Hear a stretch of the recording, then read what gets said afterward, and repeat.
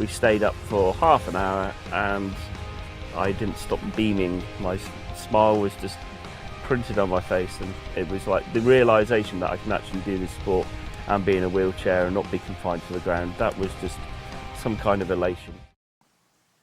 Hi, my name is Paul Roberts and I'm a glider pilot.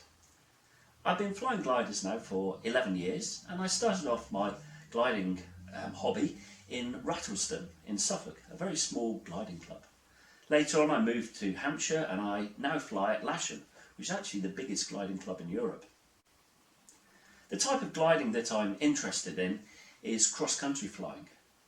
And for this, you take off, you find a column of lifting air, we call this a thermal, and you turn the glider and you climb all the way to the base of the clouds. From there you can glide onto the next cloud and repeat the process, find a column of lifting air and climb. Essentially, it's possible to travel for hundreds of miles. It's a fascinating sport. It requires lots of different skill sets and very, very rewarding.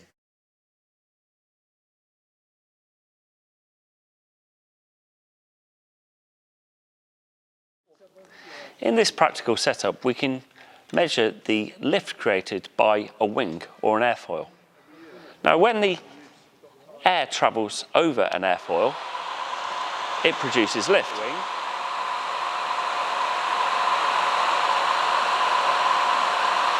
The wing is balanced and we reach a state of equilibrium. This happens because as the air travels around the airfoil, the air that travels over the top of the airfoil travels faster and therefore at a lower pressure than the air that is travelling underneath the airfoil. The air underneath the airfoil is at a higher pressure, and this is what lifts the wing into the air. Now, how can we experimentally measure this lift? Well, we can, instead of having air travelling over the wing, air travelling underneath the wing having a higher pressure below, producing the lift, we can balance the same force using a piece of blue tack on the other side of the wing. And now the wing is in an equilibrium and it's balanced also, but instead of having air producing the lift, we're balancing it with this blue tack.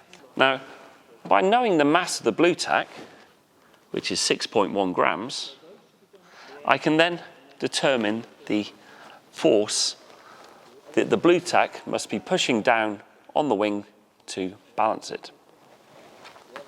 So I have here the mass of the blue tack is 6.1 grams, and converting that to kilos, that's 0.0061 grams. I've divided by 1,000. I know that force is mass times acceleration. The acceleration in question here is gravity, the acceleration pulling the blue tack down. So force is mass times acceleration, acceleration being 9.81 meters per second squared. 0.0061 multiplied by 9.8 will give me 0.060 newtons. Now, this may not sound like a large amount of force, but you've got to remember that the hairdryer was blowing air very slowly over the wing, and also it's a very small cross-sectional area of a wing.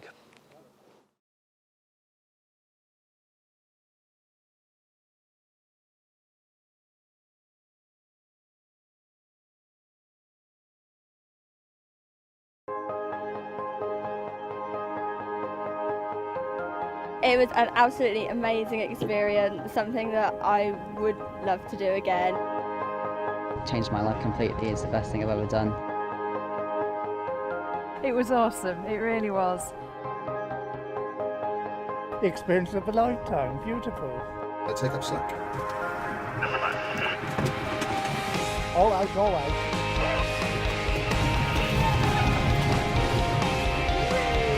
Got winched out, so there was a sort of short period of quite intense acceleration, but really enjoyable. And then all of a sudden you're up in the air.